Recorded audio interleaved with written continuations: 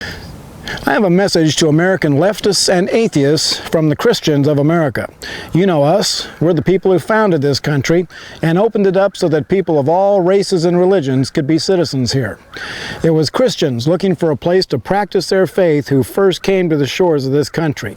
It was the followers of Christ who first carved out settlements in what would become the United States of America.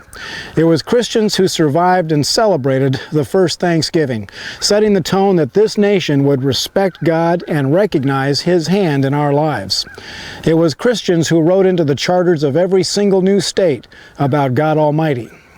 It was the Ten Commandments that served as the foundation for our legal system, and they are carved into our Supreme Court building today. So, to all you whining atheists who are angry with me about the separation of church and state, we Christians are here to stay, and we are no longer silent. That separation of church and state that you are so fond of was intended to keep the government from interfering with the church. It has no power to silence the Christian message.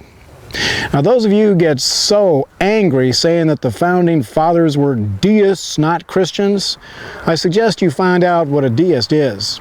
Of the 50-plus founding fathers, only 3 were deists, and they were deists who believed in the God of Abraham, Isaac, and Jacob. They just had questions about the faith.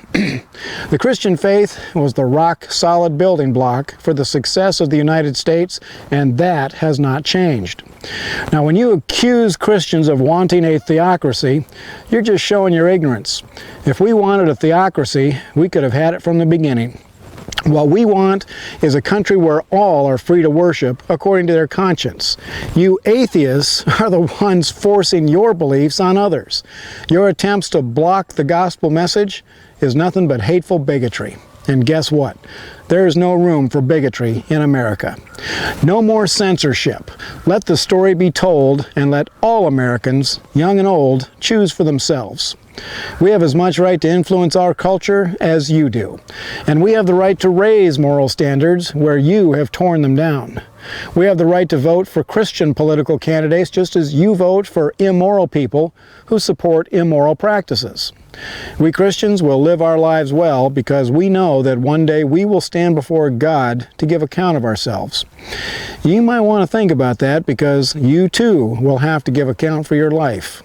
And frankly, that will be a terrifying day for those who choose to follow liberalism today. This is Wild Bill for America. Thank you for watching, and God bless America again.